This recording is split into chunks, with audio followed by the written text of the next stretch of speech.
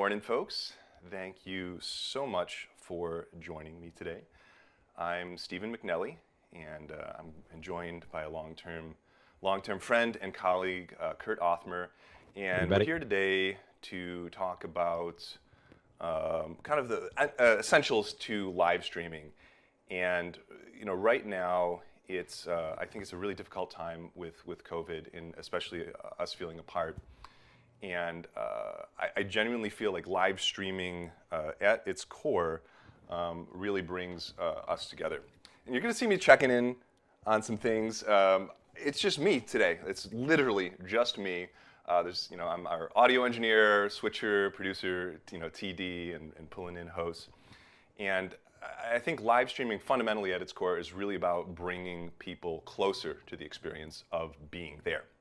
And that being said, I'd like to bring in Kurt Othmer, who is the president of EEG Info, and just have him talk a little bit about, Kurt, if you could tell us how you got into live streaming and maybe some of the problems and challenges that you faced live streaming.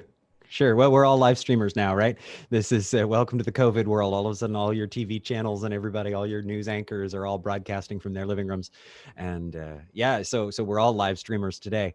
So what got me into live streaming is that necessity. So we sort of have two main reasons we live stream. One is for professional content. So we're in alternative health and healthcare. And so medical doctors and psychologists and so forth who listen to our courses broadcast live and our conferences broadcast live. So there's sort of that professional audience. And so we've got a classroom with cameras in it and robotic cameras and a studio and stuff like that. And then the other reason to live stream is this is my little live stream setup right here that I go live on Facebook. And that's much more promotional, really just talking to folks, lay folks, professionals, essentially everyone who's floating by on Facebook. And so that's a more promotional thing, which again, a lot of us are probably also getting involved with right now as we're retooling and changing careers midstream. And so, yeah, we're all streamers now, aren't we? Let's see, you asked me, that's really true.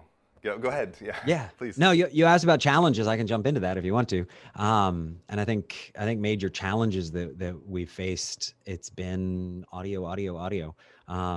It's so funny because we've had times when we've streamed conferences and we've had picture problems and nobody cares. It was really, we had this total disaster. We had an ATEM that somebody unplugged. Anyway, it broke the thing when you unplug it in the middle of a firmware update. You might be surprised to learn. And so we lost the ATEM, and so the camera operator had a really cool idea to just stream from her laptop that was controlling one of the cameras and just streamed from that until the ATEM magically came back to life again after an hour or so. And so she was just streaming her, and it was funny because people could still hear through that whole time. The audio was still going out the whole time. It was the video and the ATEM that was broken. So everybody still could hear the audio, and people were fine with it. There was no picture for a while, and then they were streaming. And then one person wrote in the little chat, like, hey, we can see the lady like controlling that camera with her mouse. And it's like, yeah, so they weren't bothered. But the audio, when we've had the slightest little puff of air on a microphone, people are like, oh my gosh, the audio is not perfect. And then we had this clipping of the Wi-Fi. So the wireless the belt packs, we had these the least expensive Shure belt packs, and we kept having wireless interference, and then we just kept having to upgrade those. And we're now running really the best thing with wireless workbench and everything with the Shure microphones to have just the best audio, because any little glitch and people just tear their hair out. And so that's the biggest thing we've run into. And the biggest solution that has mattered the most to us is just audio. I think it's true. And it's just buttery smooth coming with us today. And I'm just going to toss your studio up here again 1 second. And so, this is what Kurt's built out. And he mentioned the ATEM. That's a professional live production mixer, video switcher. And, I want to start at the ground here, Kurt, for everyone. And it's like, this is what Kurt's built out, but we don't need to start here. And I think that's the important thing of what we're talking about today. Well, one quick note. We're kind of introducing. Oh, yeah. Sorry, Yes. one quick note. That studio is thanks to Mhm. you, right? When I needed to build a studio and we needed to live stream our classes and we needed to do all this, the guy I called is Steve. I'm like, so all of that's all Steve's fault. And I think this attests also to, I guess, the passion that goes into this space. Yeah. Kurt, is we're really producing content that people are passionate about, and they're niche communities and micro communities. That being said, you folks probably have had some kind of asks that have been coming into your business, and as promised, I kind of want to maybe dive in and start to deliver and talk about some of those asks. How does that sound, Kurt? Yeah, I love it. Okay, and you know, we don't have that many people joining us. We have 7 people joining us. We've got someone from Minnesota. I've got a chat here. It's about 3 seconds off. You know, usually live streaming, it might be 15, 30 seconds a minute, but we're using YouTube's super low latency stream, and it's really, really, really fast. So we'll see your questions come in. If it's something for me or something for Kurt, or if you want a deeper explanation, you know, let us know. Nice. Okay, that being said, I'm just going to pop this agenda up here. And if there's anything different that you folks are hoping to hear about today, let us know. We got a small crowd. Hopefully, a lot more people will watch this on the back end. But the folks that are here today, I think we can take some extra time and just slow it down. And if there's anything that you've had questions about to start and engage in live streaming, let us know. Also, if you have any technical troubles, pop it in the chat. We're doing our best to do this, just the 2 of us. I'm doing all the switching, streaming, audio. Let us know, and we'll make sure we take care of it right away. So we're going to kind of walk through this basic workflow, and you've seen this diagram if you've seen the live stream page.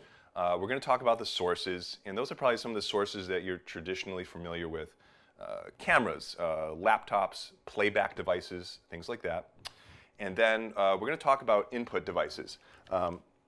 Now, since this is a time when maybe some of these asks are coming up, I'm going to focus this conversation more on computer and software related solutions. So that being said, we'll kind of need a way to get those computer devices, those capture devices, into your computer. And so we'll talk about some of the best solutions out there, and maybe what your goals are, because some of those solutions might be different depending upon what you're trying to getting into. Maybe you're trying to get it into a production software like Wirecast, or maybe you just want to get it into a Zoom call. So we'll talk about what we need.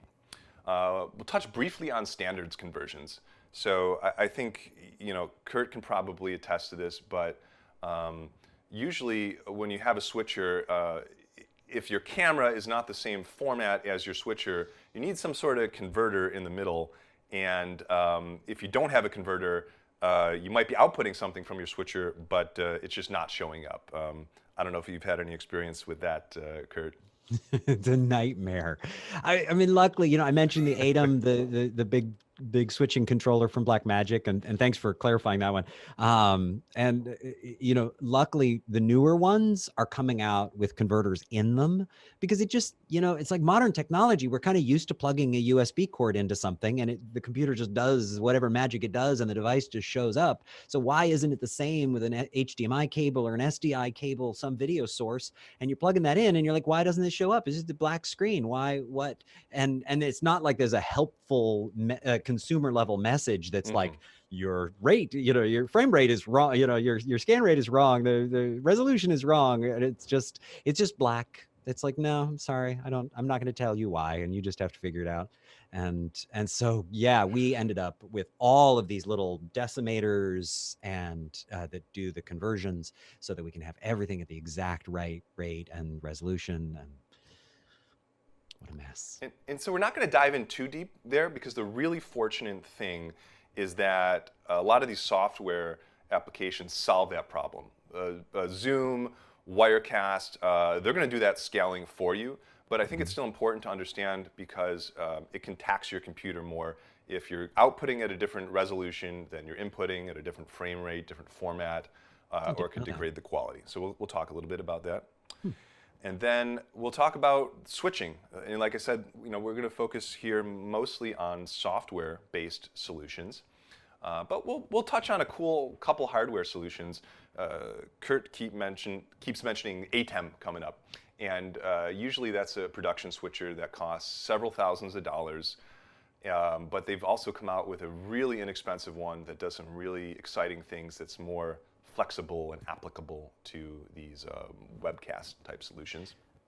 Well, can I talk to that just real quick? You know, Sure. it's the two uses, because I use both, right? So we have the big studio where we have a 2ME, you know, $6,000 or something, and it's taking all the cameras and all the computers and all these sources, and then two people are in there mixing and doing all the work to control that thing. And versus when I do my Facebook Live, I just use you mentioned Wirecast, but I use OBS. It's even cheaper. It's free. And I use that to switch a few webcams so I can give people a little angle from back there, and I can give them this microphone, and I give them this angle here. And so I give them a few different camera angles, and I can switch. And then what's really cool is I can just switch to see my screen. And so I can be showing like a slide. I can be doing a presentation, so I can have my slides all ready to go. And then I don't need to be doing any kind of conversion to like take a computer screen and convert it to put it into the ATEM to broadcast it.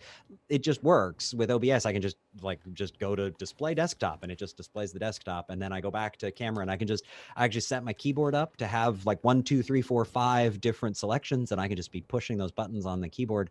And so from just a one-man show where I'm just talking live on Facebook Live, I can do that myself. It was free. I have a couple webcams and then a really good microphone. And it works. It works really well. I don't use these big crazy headphones though when I do that. It's just so I can hear you, Steve. It's a good look. You look like you're in the radio. You know, Kurt actually has a background in radio. He's, really importantly, I need right to now. look like I know what I'm doing. See, this makes me look like I know gear.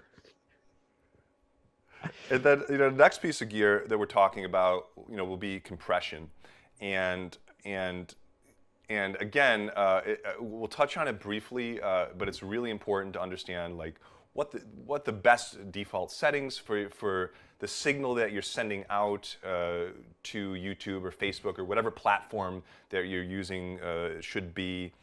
And the fortunate thing is you know, now software like OBS that Kurt was mentioning handles three things. It handles all that standards conversion, the switching, and compression in one. So it's a really good thing.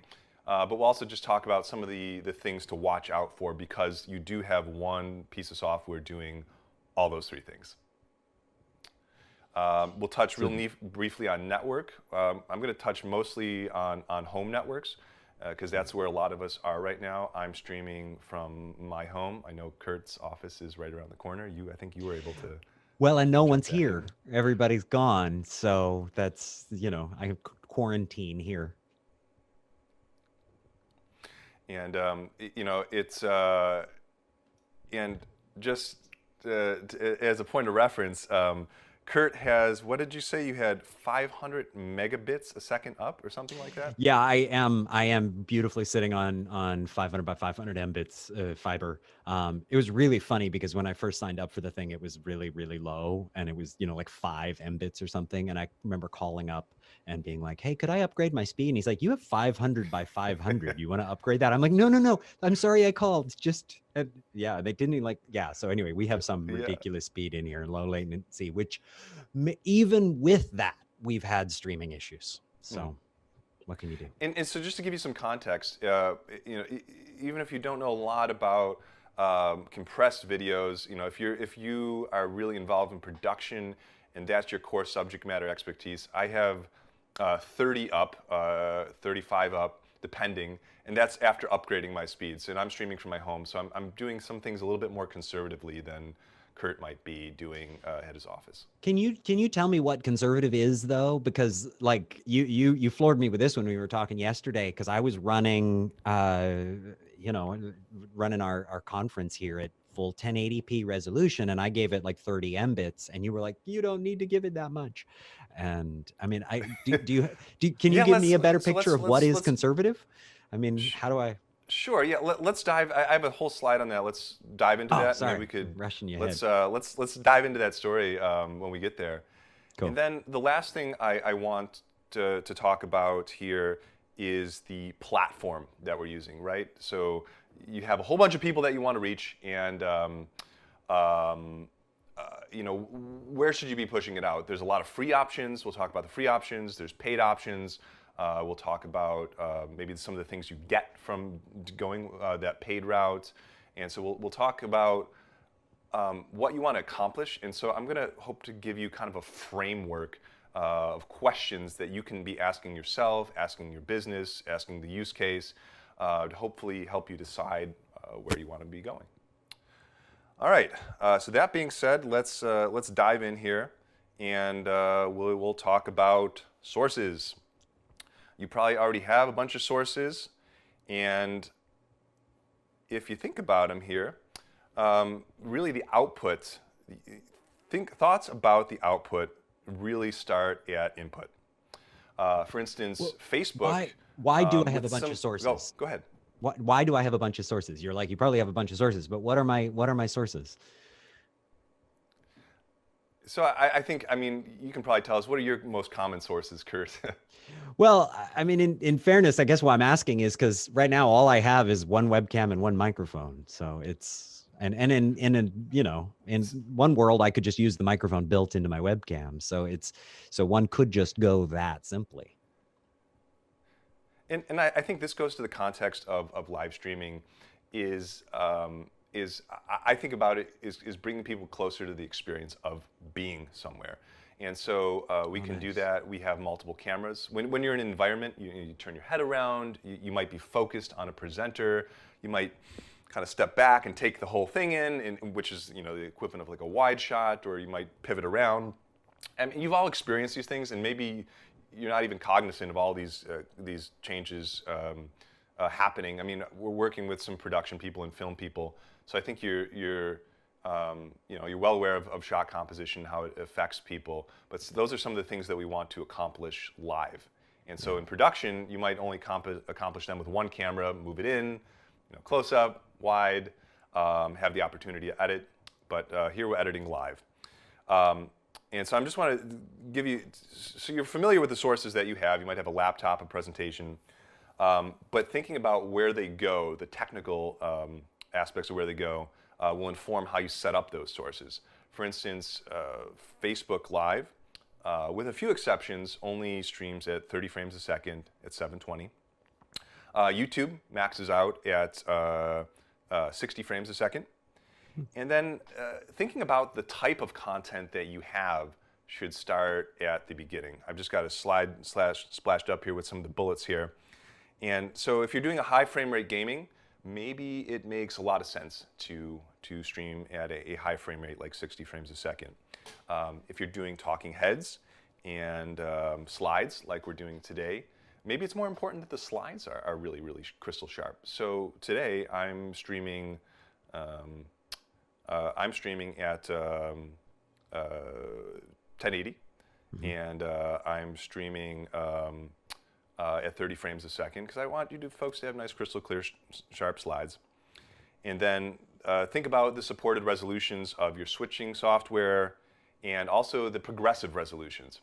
I know we can interlace video, but I found that compressing interlace video just doesn't, it's not as sharp as just starting with a progressive signal off the bat. So if I'm streaming to Facebook anyway, and I could do 1080i or 720p, I'll probably choose 720p. And then, and I think about my computer, what it's capable of handling. 720p is 1/4 the information of 1080. So if I have a slower computer, it might make more sense than that. And forgive me, we only have 6 people. So I'm looking over here. Let me just see if there is any questions that are coming in. We have a hello from Florida. Greg, I went to school with you. Nice hello, to see Florida. you here, man. We have hello from San Diego. And San Diego. Thanks for joining us today. And like I said, feel free to slow it down at any point. This is for you folks. And I'm sure there'll be people that watch it afterwards, but let's take the opportunity that we can have this small conversation. I think this is really delightful today. Hey, we're talking about streaming, and this is the reality. Is I often stream to 2 or 3 people, and that's that. I mean, I'd like to believe that I'm world famous, but hey, the reality is that we do have a big audience. We have a lot of followers, but they're not always where you want them to be. They're not always finding you on Facebook, and Facebook, I've noticed, isn't as aggressive at telling your followers. Like, it used to really pop up messages to be like, so and so is live right now, and Facebook isn't as aggressive at doing that anymore, and so not as many people are finding your streams. And I think so if I can just shift over there really quick, and what I've learned is that Facebook keeps rebroadcasting that, and so people tune in their time zone, and they feel like it's live right then. They think that they actually hit that broadcast right at the beginning. So in terms of Facebook, I try to make sure that I fill those first 3 seconds, which I hate that about Facebook, that Facebook actually puts you live before the countdown has finished. So you're standing there like watching the countdown like a fool, and then it's going live, and you've just lost people who are scrolling by, and they just see your face staring at a countdown, and they're like, well, this isn't interesting. So I often start talking before the counter has finished counting down, and I'm just sort of saying a few, like, hello everybody, I welcome to, I'm going to be talking about some stuff, and so that they kind of are arriving in the middle of the conversation, so that they know that immediately it's going to be interesting, and that there's something, oh, whoa, that guy's flailing his arms around, maybe I'll stick around and see what he's doing. And but I'm often talking to a small audience at first, and sometimes it builds, and but you get great camaraderie, and people are communicating back and waving from, I get a lot of followers from around the globe. I think it's largely because I broadcast in the morning, where it's evening time in Norway and Sweden and so forth. So they're like, oh, let me go browse Facebook, and oh, look, Kurt's live. And so there's a real reality that over the rest of the day, I'll get more and more and more watches of the video that I did that morning, and that'll continue to grow hundreds of views over the next 24 hours. And that's one interesting thing about this community as well we're connected to a largely professional community, and I'd like to be able to deliver Skillshares more towards people that are really interested in becoming part of this community. So if you know people or know communities that are looking for this kind of information, help me to point them at it. Help me have some topics and conversations that'll further those conversations. And if you have questions, I'm going to share some of the thoughts about what we want to have further talks about at the end. But if you have topics that you want to know more about, let us have those kinds of conversations here as well. So just reeling it back in, going back to the pipeline here that we were talking about. So after your sources that you're pretty familiar with, you have your input devices, right? And these are things that will take your SDI signal or HDMI signal and get them into your computer to do your live switching. And I just want to give you some general overall considerations, and then I'm also going to give you a couple examples of some things that are cheap and some things that work well with some various different pieces of software. But consider what you'll be using for switching. And I use the term switching in this context very, very loosely. If I think about Hangouts or Zoom or Wirecast or OBS, you're all choosing a source. There's multiple things coming into your computer, multiple microphones, multiple video sources, and you're choosing one. You're making that decision. Different video input devices work differently with different software solutions, though. For instance, Wirecast can see a lot of Thunderbolt solutions, while things like Zoom, Hangouts might only be able to see kind of these USB solutions that look more like webcams. Another consideration is what format your signal is. Is it SDI or HDMI? And so that informs like what kind of capture device you'll need. Obviously, you'll need one that's compatible, or you'll have to convert it. And maybe you already have converters around, so that's not even a big deal. And also think about if the signal needs to go anywhere. I bring this up because in production, we could use a distribution amplifier to duplicate a signal and send it multiple places, like a projector and a recorder. If we're being asked to do this from our home, from a studio, maybe we don't have those things available. Some of the capture devices actually have pass-throughs where you put in one SDI signal and one comes out. You can send it onto a recorder, send it onto a projector. So I just wanted to pop a couple recommendations here on the screen. This one is the Blackmagic Ultra Studio Mini Recorder. I've owned one of these for years. And by the way, I'm not affiliated with Blackmagic or any of the products we're operating, and I'm also doing this really independently of my day-to-day role, looking after platforms and providing production support. This one, I'm mentioning it first because it's the cheapest, and it can be one of the most flexible tools you have. It has both an HDMI and SDI in. It only supports up to 30 frames a second, but for some people, that's that's going to be just fine because we're only streaming slides or we're only having a talk like this, so it's not going to be too much of an issue. But the one caveat is that it's Thunderbolt. So things like Zoom, Skype, this may or may not work on. You'll want to do some heavy testing. I found that browser-supported things tend not to play well with these type of devices. Not as a hard, absolute fast rule, but more USB devices that show up looking like webcams tend to be more compatible. This is an interesting recommendation. I mentioned if you need audio inputs, you can bring your audio into the camera, and your camera will allow you to use that audio source. But the Blackmagic Ultra Studio HD, a little bit more expensive. It does allow you to do up to 60 frames a second. So if you want to go live to YouTube at 60 frames a second, or you want to go to Twitch at 60 frames a second, this might be something that works really well for you. And also, what's really nice is it has quarter-inch audio inputs. So if you want to come out of an audio board, you can go right directly into this thing. And then I'll just leave you with two more. And the two I'm splashing up here, this is the Magewell capture devices. There's two different flavors of them. And these show up similar to a webcam on your computer. The first one, the HDMI Plus or SDI Plus, has a pass-through. And so you can come out of that and go to another monitor, go to another recorder. And then the other one that's a little bit cheaper just has that single input. But if you need to get up and running, it's one of the simplest, fastest ways to get up and running. I don't know, Kurt, if you had any thoughts about capture devices. I mean, you were using one this morning, I think, right? Yeah. Playing around with a couple of solutions.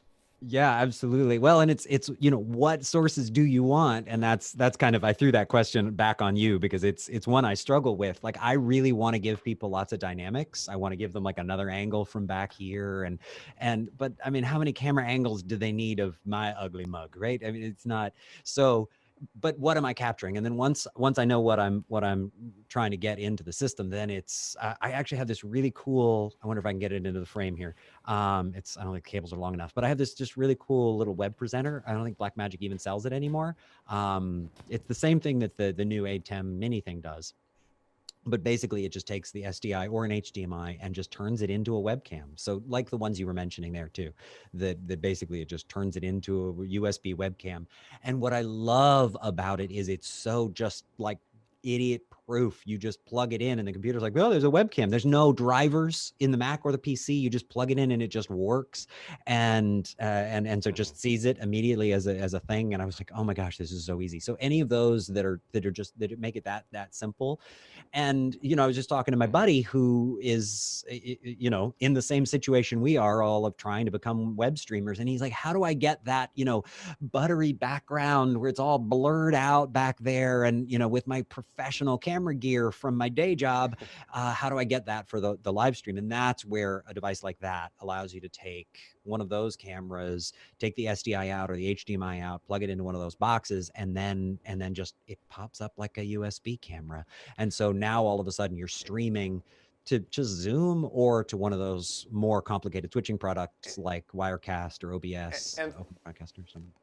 Thought about this is we're having this conversation, hopefully to some production professionals that have a lot of these input tools, really nice cameras and lenses already, and how can we up-level them over the webcam? you folks know how to set them up, how to color them correctly, and how to get a really pristine image that can blow a webcam out of the water. So that's why we want to talk about some of these conversion devices. I did have a question that came in from Greg, and he said, when thinking about small businesses wanting to move to live, what would be your recommendation to them starting out, specifically if they believe their live platform will grow significantly? So I'm going to touch briefly on this. I've got one recommendation in here, and then when I get to that recommendation, since we've got a nice crowd here, maybe we can dive in a little bit more. I had a slide that I hid, so maybe I can unhide that one, and we can just talk a little bit about what you get when you spend just a little bit more out of the box. All right, so thanks for that question. I'm going to jump in here and talk a little bit briefly about standards conversion. And like we mentioned, basically with your software switchers, you tend to get those kind of all in one. And so we don't really need to focus on this one too much. We might double back on it if we have more questions. But our software usually does the scaling and frame rate conversions, and in most cases it happens automatically. That being said, it can be more taxing on your computer, and depending what software application you're using. So I find that it's always best to try to get the input matching the frame rate, resolution, format of your canvas or your production switcher, and have that also tend to be coinciding with your output, unless your outputs are different things. Maybe if you're going to multiple platforms like YouTube and Facebook and some other ones, you'll want to start with the highest common denominator and work down. But as a general rule of thumb, try to match your input and your switching at least together to get the highest quality signal and the least amount of potential complications. And that being said, let me just pause there. If there's any questions there. What's that? Or you just plug stuff together until you see a picture and just pound on it until it works. But I mean, I remember my first switcher, and I thought it was broken. I thought it was the most ludicrous, insane thing. I plugged a cable in, and I just didn't see it. Because I expect like a TV, you plug it in, and it works. Right. Yeah. Exactly. But we are. The thing is, the great thing is we are getting there, and I'm going to show you, and we'll circle back with a question Greg asked about some of the devices that are coming out now that are so inexpensive that solve some of these problems, so well. But I'm not going to dwell on that too much. I'm going to hop into talk about the actual meat of what we're using to push things out live, which is our switching software. And I'm going to toss a couple recommendations up here. You see Wirecast and OBS. And I just want to stop and say these are just a couple recommendations. There's tons and tons of software switching solutions. There's ones that operate in web browsers, in the cloud. You can have multiple people signed in, and that maybe you can even do some lightweight video conference calls in, so you can bring 4 or 5 people together.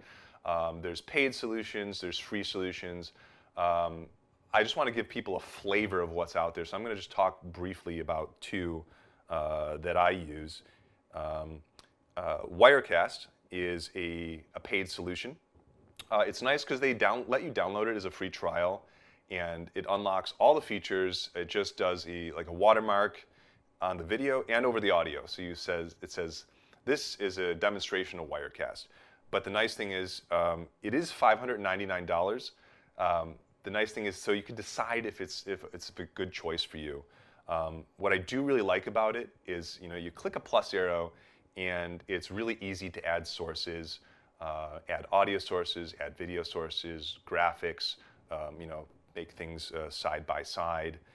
And but why would there's free software. Go ahead. Yeah, why would I use something that's $599? I mean, when there's like OBS, the Open Broadcaster thing. Yeah, so taking a look back here, OBS. I use OBS a lot, especially when I'm just doing some testing. Mm-hmm. It's free, That's great, there's tons of features like Wirecast. I find that the learning curve is a little bit steeper, and it's a little bit more manual. Like, with Wirecast, if you want to go to some really popular destinations like YouTube, Facebook, you can just sign in. You don't need to enter any information. You don't need to enter any encoder information. It's all there, and you just hit go. Some of them, even do a health check for you, and so you'll almost be guaranteed a perfect stream. Things always go wrong, but it'll help. And I don't know. I think that's been my take on OBS. I don't know if you have a different kind of background experience, but tons of features. No, if I'm honest, I watched some educational videos on how to really get the cameras to show up and resize them and stuff like that. So there was definitely a learning curve at the beginning with OBS to get comfortable with the way they handle things and how to set it up. And then I also had a teething issue with OBS that here in the office, there's really good security for the firewall and stuff, and it couldn't punch a hole through it. It couldn't get to YouTube. We can watch YouTube videos, but I couldn't broadcast out to, I guess it was Facebook that I was trying to broadcast to, and I couldn't get there. We had to call the network people, and they had to be like, oh yeah, you have to turn this thing off so that you can do that. And I mean, the big clincher for me was when I went home, it worked fine. So on my cheap router at home, it worked, but at the office, which was too much security. Okay, yeah. So I mean, there's some of the subtle distinctions here, but there's tons out there. Download them, try them, and play around with them, and see which one fits your needs as well. If you only need to mix 2 cameras or slides in a camera, there might be a cheaper thing that's very purpose built just for that. Well, since Greg asked the question, yeah, Kurt. Yeah, no, I was going to also circle back to Greg's question because I was, sort of, in terms of streaming. I mean, I think all of us can get a little too geeked into this, and the thing I talk to in the sales side is just, who are you talking to? Like, what content are you trying to serve? Because people would way rather have you get out there with your content than to have it look like the Avengers movies. So to just get it out there and then think about who you're talking to, because a lot of these things, and I kind of pelted you with that, Steve, is, yeah, I want to dress this up with more camera angles and things like that, but at the same time, does that buy me something? Am I getting something for that versus just turning on my webcam and saying what I need to say and just making it live? And I personally am always trying to walk that balance. Like, if it takes me 5 hours to set up my live stream setup and then I end up not doing it because it was such a laborious process trying to just make it happen for the first time, then maybe it's better to just start it with a webcam. Yeah, I mean, if you're having trouble I want to give people solutions, where we can start going, for less than $1,000, which can be a good chunk of change to still invest, but know that for as little as $300, if you have a camera and you have a laptop already, you can start going already. Yep. There's nothing else holding you back. You just need a way to get your stuff, your content, into your computer. Yeah. All right, I've got one slide here on the switchers, on dedicated switching hardware that I just kind of unhid here, and I've got a recommendation here afterwards. But we asked about if you think we're going to get big into the live stream space, maybe investing a little bit more upfront so we don't have to double back later.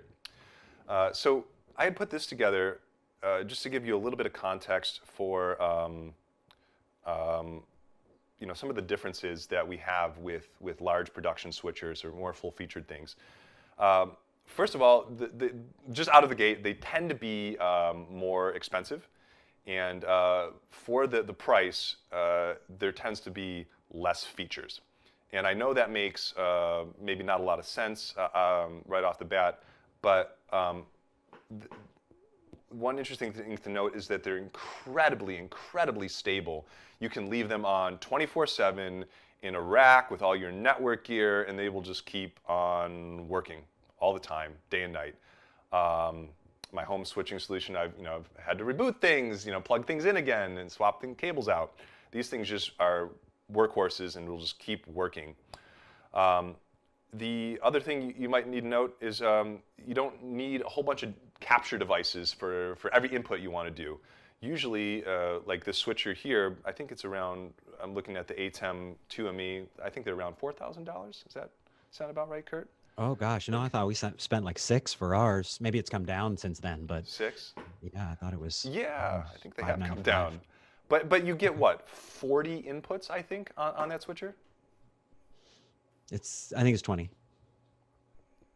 So yeah, 20. You know, it's a lot of inputs, and they have bigger ones too. Yeah. You know, but you know, you get tons of inputs. So if you have a concert or something like that, or I guess maybe Kurt, can you kind of explain the context of that you use your switcher like in the clinical setting? So right, so on the professional side, we've got robotic cameras all throughout the classroom so that we can, keep people awake, give them lots of different camera angles. And so when they're switching, essentially we've got all of those. And then we have both a Mac and a PC. And so the PC will run more software stuff, and then the Mac will run slides. And so we'll have the presentation on one, and then we'll have more software stuff on the other, and then all those different camera angles, and then we're popping between them to just keep it dynamic. And then a whole bunch of audience shots, and so the cameras. And then we've got another one of your recommendations. We've got this really cool Panasonic camera that we can use an iPad to just so where we can see the pictures of the audience. We can actually see the whole audience. We can just poke it and it'll go right to a given person. So it's almost like another switcher in that way, that you can just actually, you're seeing a camera that has all the people in it, and you just touch a person's face, and then the big camera turns and goes right to that person's face. It's really cool camera combination thing. It's really cool, really easy to find people. Yeah. And then also, at this point, we start to talk about doing backups as well. You mentioned having a laptop. For really mission critical things, you might have a laptop with notes and slides, and you might have a secondary laptop with notes and slides. Maybe you've got another machine just playing back the video clips that you had, and maybe another backup of those. And so with a larger production switcher, you can swap those sources really quickly. You can create little scripts to swap those backups really quickly. And make sure you have a really bulletproof production. Some of the downsides is they tend to not to be cohesive all-in-one solutions. So you'll spend a little bit more to get up and running. For instance, I'm just going to walk through a few more of these bullets here. There's no built-in scalers. So if you have a laptop that you can't quite make the same frame rate as the switcher, which happens to me quite frequently. So I almost always just put a scaler right on the thing just to begin with. Always. You'll need just use the scaler. Some scalers. One of the cool things is there's really no maxing these things out. Right. If they say they can switch 40 inputs and put up graphics and lower thirds and play video clips, they will do that. They will not bog down like a piece of software. So whatever they say they can do, they will do, and you can do it to their fullest extent. You may need some sort of companion device. So I'm using a small switcher at home, and I'm running it off an iPad. With ATEM, there's software switchers you can run on the iPad or a laptop.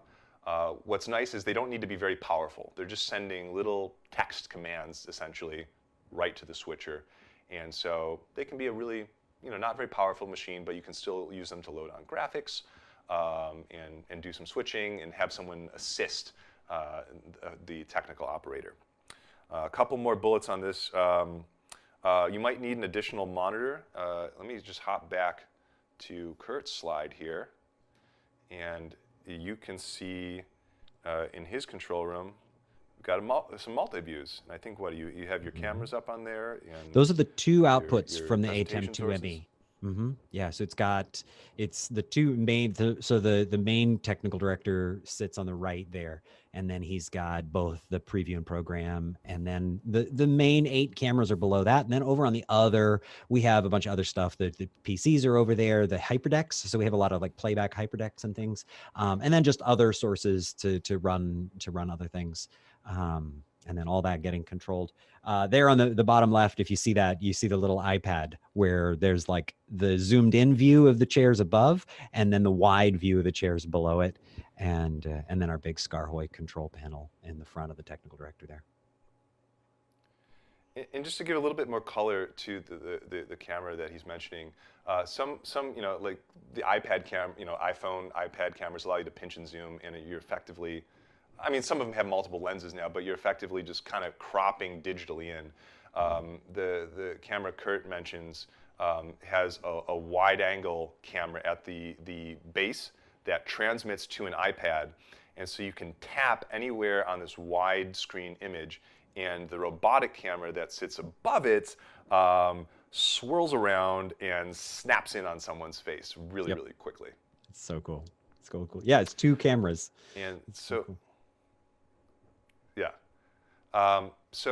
Just polishing this off, those are those monitors that you saw. You'll need some additional equipment. And there's generally, I'll show you an exception, but there's generally no encoding. So that's usually a separate device, and that might be several $1,000s more. So probably, I would say if you're very conservative, if you have all your input gear and things like that, getting a really robust hardware switcher, I think you could probably do it for about 10 grand, I'd say, Kurt, right, nowadays, if you have all the input stuff, the infrastructure. Well, like with the switcher and cameras, or what are you thinking? I'm just thinking, speaking to production production people that have audio gear, have camera gear, but just need something to switch it and push it out live on the internet, less than $10,000. You could value engineer it down even less. We started really small. I mean, we started with the 1ME to keep prices down. And today you've got cheaper stuff than that. Like that was the lowest budget we could go at the time. That was all Blackmagic had. But now, I mean, $295 for the 4 input, the A10 Mini. Like that is good enough to start for a class like we do, or for live broadcast, or certainly for gaming, which is another big streaming one we haven't talked too much about. I mean, you mentioned streaming to Switch, but I think, having multiple inputs so that you're not overtaxing the computer and using something like the A10 Mini. I mean, that's $295 and you're done. And then you just, you need a camera, and then you plug your computer output into another one of those inputs on the A10 Mini, and you're off and streaming. I'm going to splash that up here now. This is the thing Kurt keeps talking about. I popped up a picture of the control panel and the back of the A10 Mini. Nice. And like you said, this thing starts at $295. And so, Greg, if you want to just take one level up, getting into live production than just a simple capture device, this thing will help get there for you. A really cool thing to note is that it has, I think, 4 HDMI inputs on it. And those all have frame rate, those all have conversion on them. So if you have a camera that only outputs 1080i 60, and a laptop that outputs 1080p 60, and another device that does 1080p 30, and you set this thing up for 1080p 30, it'll all go in, and it'll convert them all I think they're Blackmagic for a reason. It truly is like magic. And this one that was released a little while back has a webcam output. So to Skype, Zoom, Wirecast, it looks pretty much just like a 1080p 30 webcam. And so it's compatible with a lot of different software. And then there's even a new model that just came out. This one's $295. I would like to see if I can get one to review, but it's what, $595, right? I think the new one, the Pro. So, well, let me talk to that really quick.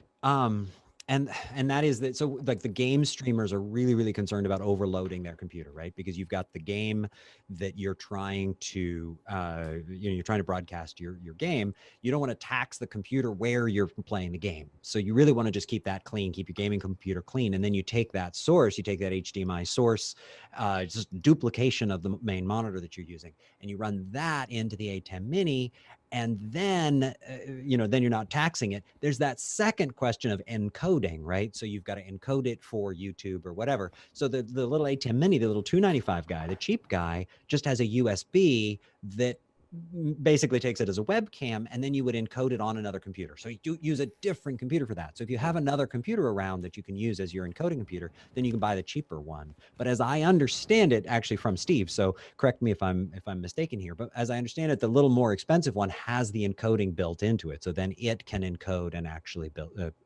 stream directly to YouTube or Twitch or something from within the ATEM. You've got so it, you're yeah. not then further taxing another computer.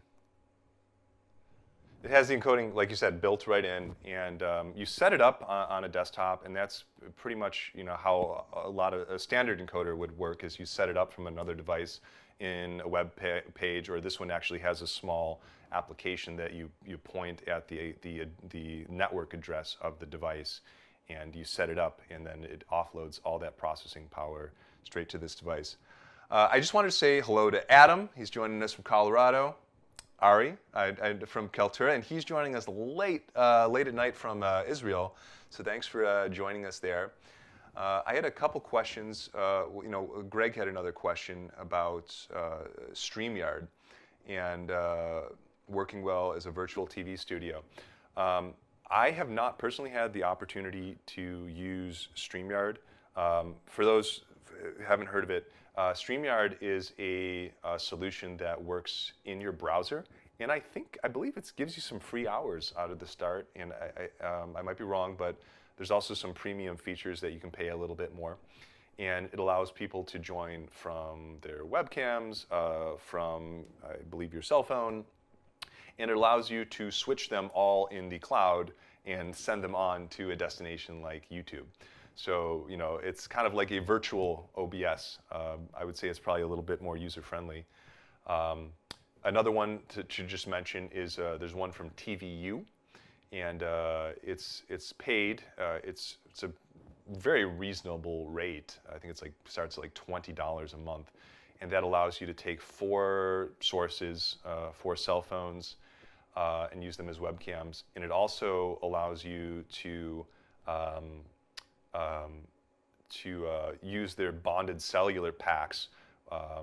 High-level bonded cellular packs are, if you haven't heard of them before, if you see Good Morning America, or you see ESPN and they're toting a camera outside the stadium, basically they'll take a camera feed and I think of it like Willy Wonka. They chop it up into little tiny bits, and it has multiple built-in cellular cards, and that'll push it to a computer in the cloud, and you can use it as a source as well. So that's a cool thing about TVU, is you can use these bonded cellular packs as well as cameras that you can tell someone to set up and do something really quick and easy.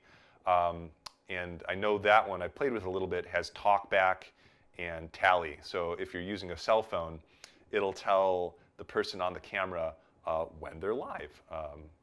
Me and Kurt right here, we're just bantering back and forth. He doesn't, we're having this conversation, but it'll actually indicate to that person that they're live, and the producer can talk back to them live.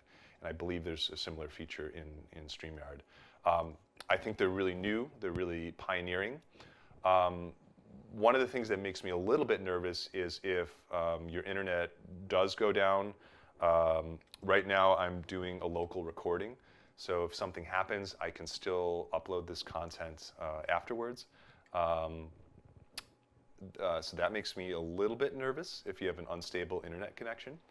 But I think we're going to be seeing more stuff like this, because it's cheap, easy, and it's even really starting to be used at even the professional level. And if that's a topic you're interested in, I would love to do a topic. I've wanted to do maybe one of these talks about bonded cellular, and I think that would be a good time to even have a conversation about one of these virtual switchers in the cloud. I've got a couple more slides, and I also want to talk about restreaming. I think that might be something people are interested in as well, which is the concept of sending up one stream or two streams and sending it multiple places in the cloud to Facebook or YouTube or another service that you have. I'm just going to pause here real quickly. Any other questions that we've had coming in about sources, input devices, switchers, frame rate conversion? I know it's a lot of content here. Give it a beat. I'll give it 5 seconds. Tell us what you guys yeah. are doing. Tell us what kind of streaming needs. What do you guys see? What do you want to accomplish? What do you guys do? Tell us about yourselves. We'd love to hear from you guys. There you go. Well, while people kind of people type that in, we've got 3 more kind of topics to kind of cover, and 30 minutes to go. I think we can do it. About encoding. We're going to talk real briefly about your network, and then we'll talk about the actual platform. And these are really huge topics, especially the platform side of things. But like I said, we're just going to give you folks a framework to start assessing those things for your own business case and your own business need. And by the way, if you folks can't hear us for any reason, or you're having difficulty viewing, let us know. Just me, just Kurt, and we're holding it down here. All right, so just going forward here in the home stretch. Oh, I got my next slide here, talking about encoding. So this is the process of taking these very large video files that come in at a very high quality on your computer and crunching them down so they can get to Facebook and YouTube and whatever service you choose all over the world. I think it's best to start with the recommendation of the service itself. And sometimes it can be a little bit buried, so I find one of the best things is to just Google. What's the best settings for Facebook or best settings for YouTube? And it usually surfaces right up at the top. And then, like we mentioned, popular software like Wirecast allows you to log right in. And so it does some of that configuration for you. It also does things like it sees the events that you've set up. I remember working on Wirecast, and I was actually able to make an event right on Facebook, right from Wirecast. And so I felt really confident that it would connect to that event, because I've had Facebook be a little bit finicky setting up events sometimes, but I felt really confident that the one I created in Wirecast would work really well with Wirecast. And so, if you can do it in the software, if you're new to this, start there. It's great to start there, and if you want to tweak things in the future, then go for it. As you know more and you've played around with it more and tested it more, go for it. Change things. See if you can get looks or qualities that you're really looking for. If you are going to like a third-party service, I'm just going to give you a couple recommendations, and I think Kurt had a story here. I've got a few more bullets on the slide. If you're going to go 1280 by 720, and I'd recommend, remember, I'm having the context of people's home internet connection in mind and some of these consumer services. I'd recommend doing 30p at like 1 to 2.5 megabits a second. And it's a very conservative amount of information. Most internet connections can at least do 1 megabit a second. And I'd recommend everyone go to speedtest.net. If you're not familiar with it already, go there and see what the upload speed of your internet connection is. And I'd recommend doing it at different periods of the day. I'd recommend doing it during the time you're expecting, the day and time you're expecting to hold your event. Maybe your internet is not as great on Saturday at 10 a.m. because everyone's at home playing World of Warcraft. I don't know. I don't know the role play. I'm not a gamer. Whatever people play online nowadays. Yeah. So test it out. If you're going 1920 by 1080, I'd recommend doing it at 30p again, unless you have some reason like high-speed graphics at like 3 to 6 megabits a second, and frame it up in terms of the content. Things like this, like if I'm looking over, YouTube actually was telling me it was getting a low bit rate, a lower quality than it was expecting. And that is because I was just streaming slides, and my encoder is giving me a range, and it's actually saying, okay, I actually don't, this is just a white background and black text. I don't need as much information to describe this video in a compressed format. And so it actually lowered my bit rate. So I've been streaming this at 3 megabits a second. We're doing a lot of these split screens. My shot is locked off, so we're not getting a lot of motion other than me, other than Kurt. And then we're just doing slides. And if you can't log in, and it's a third-party service, and there's no connection between the services, you're going to look for something called RTMP information. This is just general rule of thumb. Most services, most platform streaming services have RTMP information, and it looks like a URL, but instead of it starting with HTTP, it starts with RTMP. That stands for Real-Time Messaging Protocol. And it'll also have like a key. And I guess high level, you can think of those almost like a username and password to your live stream. So you also want to keep those very safe and secure in your production binder. Only let your production people know. A lot of them expire too. Stream. That's a lot of them do expire, and that's another thing you need to be careful about is if they don't set it up the day before. Don't setting up. Yeah, I like RTMP information that doesn't expire, but it can be a security risk. But you just be aware of who has it, and then also be aware of if it expires or not, because you don't want the person that set up your streaming information to be unavailable. I'm just going to pause, really briefly there, and just put forth, does anyone have any questions, just generally, really high level about just the encoding process? Well, and while you're doing that, I'll tell my little story, because sometimes it really is about. Well, can you hear me? Yes. Okay, cool. Anyway, so yeah, no, just telling my story real quick about different streaming services. I mean, sometimes it really is about finding the piece to the puzzle, because we had one year where we were streaming the whole big conference, and we got to the end of the third day and end of the last day, and it just all of a sudden everybody was like, we can't hear you, we can't see you, the stream's breaking up. And we restarted. That year we were using Vimeo to stream. And we were on with tech support with Vimeo. They're like, we don't have a problem, and our internet seemed fine, and everything. It was completely unclear what had gone wrong. We were streaming. I mean, I was talking to Steve about it yesterday. We were streaming at a really high bit rate. We were streaming like 30 Mbits, but it had worked the previous 2.5 days. It was just that last day that all of a sudden the stream just was breaking down like crazy. And I have no idea who's to blame. Is it the bit rate that we were encoding at? Is it our encoder? We rebooted the encoder, we restarted the stream. And still, so I don't know what was causing it, but those things can just go wrong. So backup encoding, distributing to multiple, I have no idea that one was really frustrating for a whole lot of people. Luckily we didn't. And that's one thing you said is, backup, and that's one thing that I think I just want to point out as a risk factor, that although software is really cheap, it can also be one single point of failure. If your computer goes down, your capture devices, your recording, your encoding also go down. There's a lot of professional services out there, even free ones like YouTube, that allow you to send in 2 streams. And if one stream were to go out, that stream would still continue, and uninterrupted, and people wouldn't even know that anything ever happened. So you could have an encoder go out. Maybe you want to have a separate internet connection. You could have an internet connection go out, and you'd be going.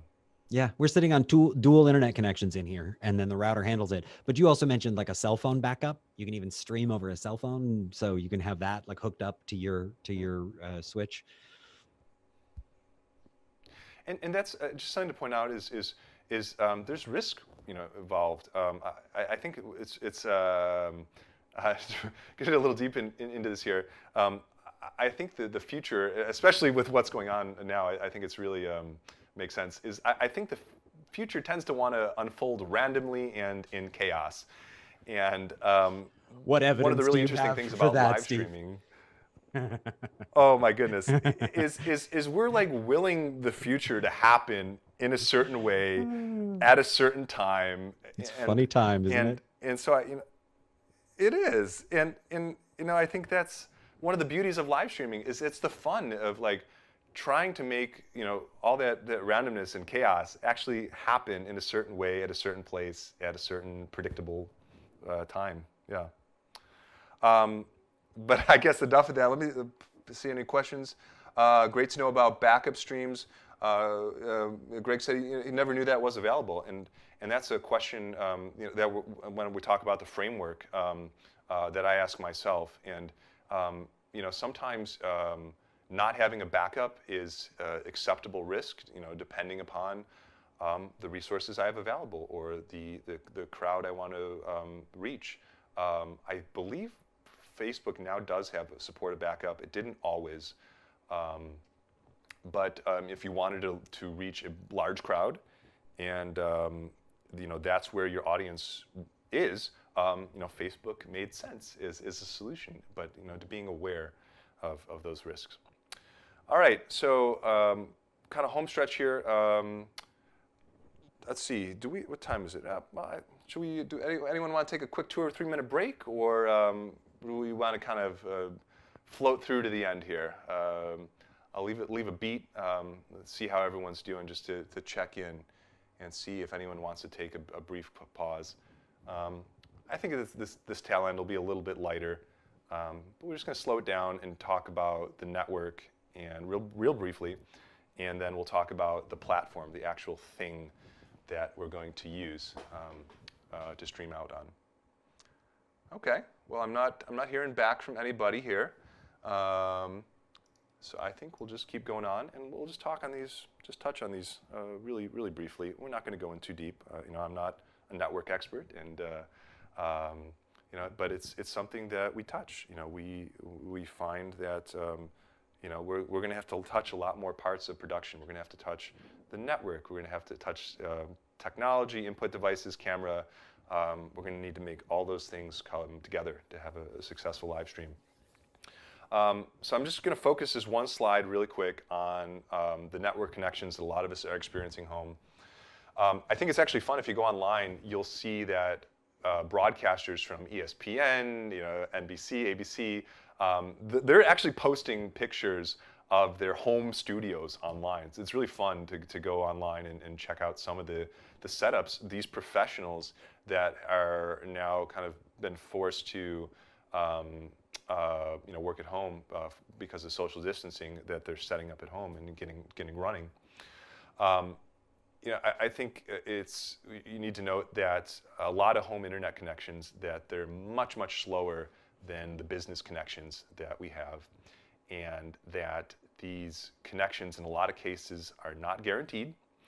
And so I recommend that you go to speedtest.net, check it out. Whenever the date and time of your event is, try to check it out on a similar time, similar day, and make sure you have enough bandwidth. You're looking at the upload speed, remember. And remember, a lot of these companies will advertise these insane download speeds that are great for watching movies, great for streaming media. But when it comes to streaming, you ask them what their upload guaranteed upload speed is, and I would encourage people, call your internet provider, ask them what their guaranteed upload speed is. A lot of them will not be able to tell you because they generally don't have one, which makes me really very nervous.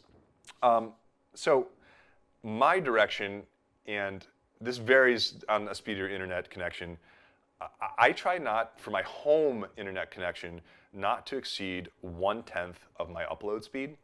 And I would think about that for slower upload speeds that are maybe reported as like less than 10 megabits a second. And I'm not a network engineer, but this has just been my experience, is that when I see slowdowns, they can be much more drastic than if you had a really big internet connection where you can push a lot of things up at the same time. So I am ultra conservative, and it changes. As it steps up, I don't worry about it as much. Go ahead, Kurt.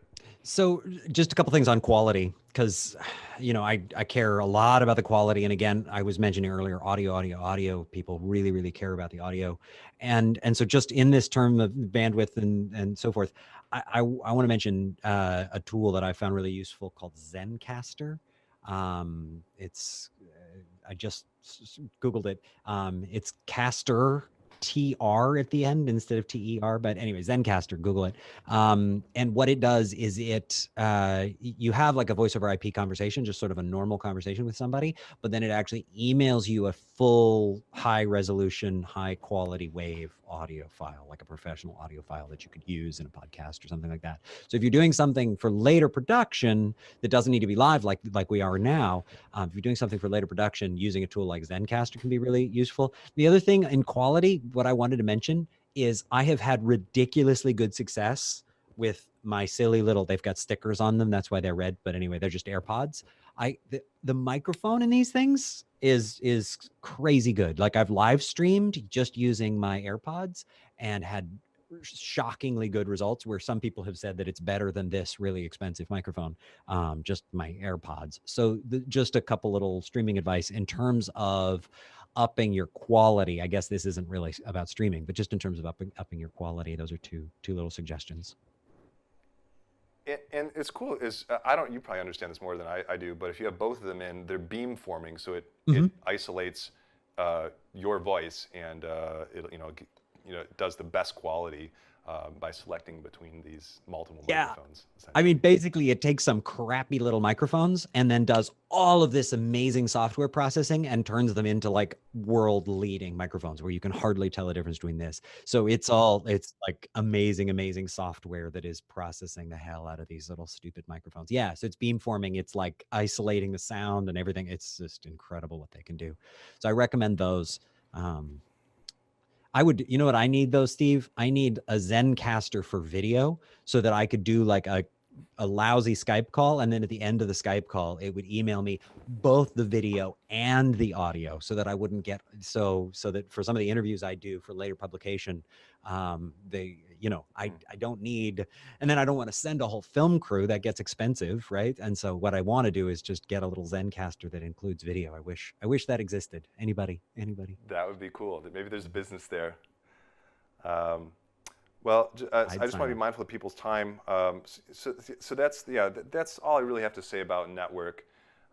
Is consider what your upload speed is, and consider if anyone else is going to be on. Consider if you're going to be doing a video conference call. You need to remember that besides this live stream that we're pushing out, I've got this video conference call with Kurt, and that's also using bandwidth. And you might not always know about how much bandwidth that uses. There are tools that you can look at your network and test it, but if you don't want to dive that deeply in, you can just assume that they use about 2 to 4 megabits, if you're doing like a video conference call. So just wanted to mention that. And that being said, is I think the time to move on to a big topic here, is getting it out to the millions of people that will enjoy your stream. And I say millions, Kurt, just because I think this is kind of funny, because people always think that they'll have tons and tons and tons of people, but in reality, the audience ends up being a lot smaller. But it just needs to be the right audience, I think, is really the core of it, that you're finding the right audience, not millions of people, but the right people. Well, and building an audience, right, and also setting a time so that people know when to tune in. And yeah. And so I just wanted to I keep mentioning this framework, and I just wanted to add a little bit more color in terms of what I'm talking about. And this framework, I tend to be somewhat platform agnostic, meaning that I will use the platform and tool that is fit for purpose. Like I said, if your followers are on Facebook, maybe it makes sense to go to Facebook. If you're a gamer, maybe it makes a lot of sense to go and do your stream on Twitch. There are paid and free platforms. Some of the free ones off the top of my head, we've got Facebook Live, we've got YouTube Live, we've got Twitch, we've got Periscope.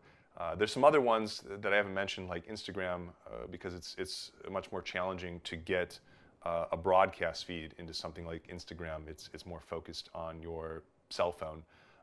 But you know, check back on those all the time because it tends to evolve, and you know, they're great free ways to reach your audience. That being said, I'm going to just kind of step through these and tell you about the questions that I ask myself regarding social tools, setup, encoding, disrupted encoding, and editing the final product. So the social tools, when I'm evaluating a platform, I tend to look at the interactions that we can have with the audience, and you know, is there a Q&A functionality? Is there a chat functionality? One of the things I played around with is how much of a delay. You know, if you ask a question and am I going to see it 30 seconds later, a minute later? I want to know those things. For some of the free platforms, I want to know, can I turn those off? You know, maybe as a business, especially, you know, when we're talking about COVID, you've had some really hot button issues that you've had to attend to. Can you turn that chat or question mark off?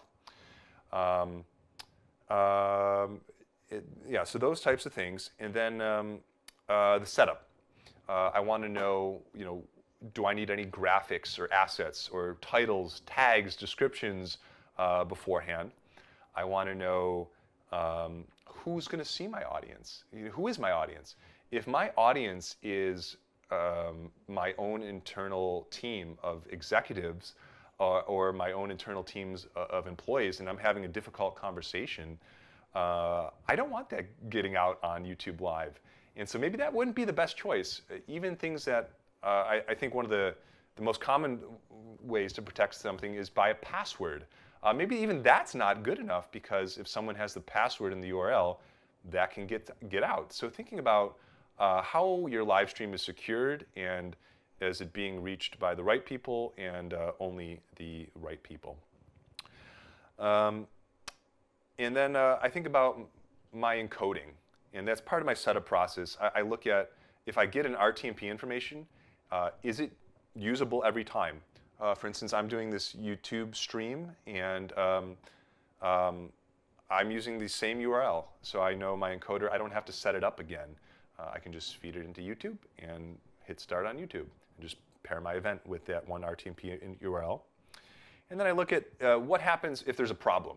So I was doing a private stream, and I said, what happens if I disconnect? Do I have a new video on demand? Do I lose my audience? This used to happen quite a lot with Facebook, where your event would just end.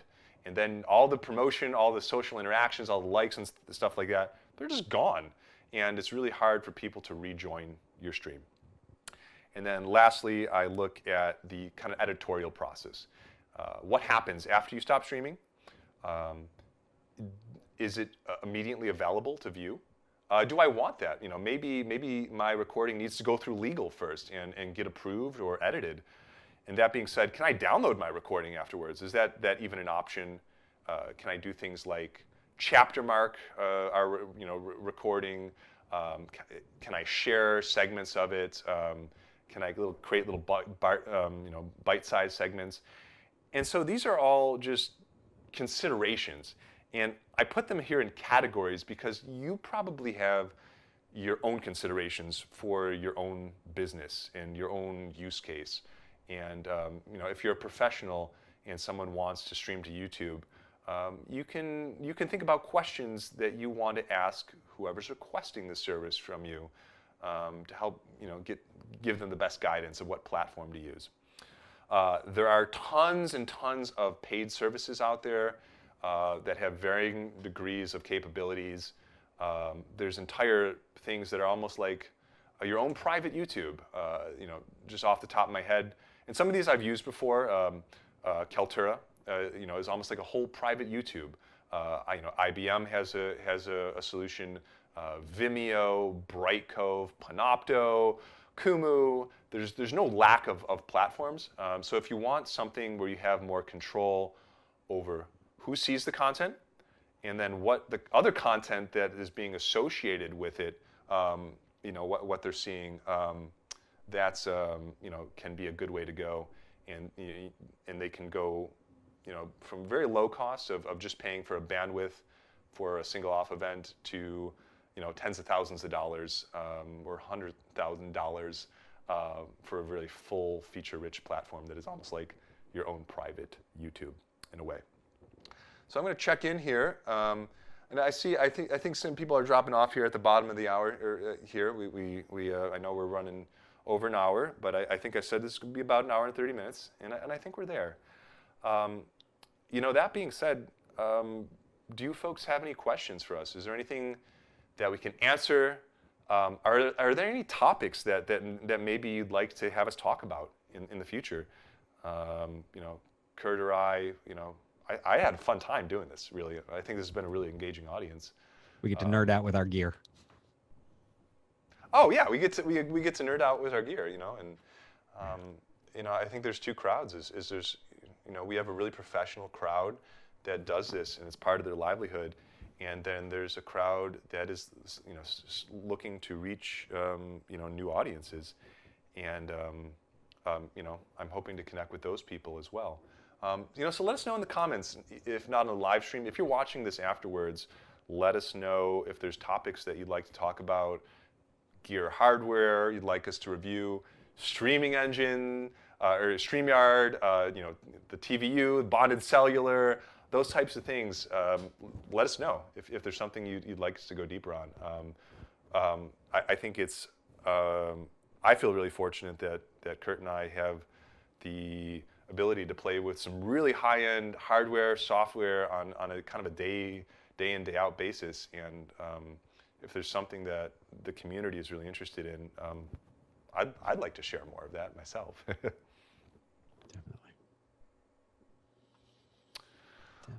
Well, cool. I'll hold here for just one more second and see if we have any other questions. How about content of? I'd like to understand the trends for the types of content that for content being streamed. I think that's a whole other topic. We can look at the analytics and consumption of content. That's a big topic. I really like that one. That would be a great talk. And Harmonic Digital said, great presentation, very informative. Thank you for joining us. Thank you for trying something new. And thank you for giving me the opportunity to connect with with a new audience. Really appreciate it. All right. Thank you so much, everybody. And I think, with that, yeah, Kurt. Well, thank you for joining me. You. And we'll see you again. We'll see you again next time.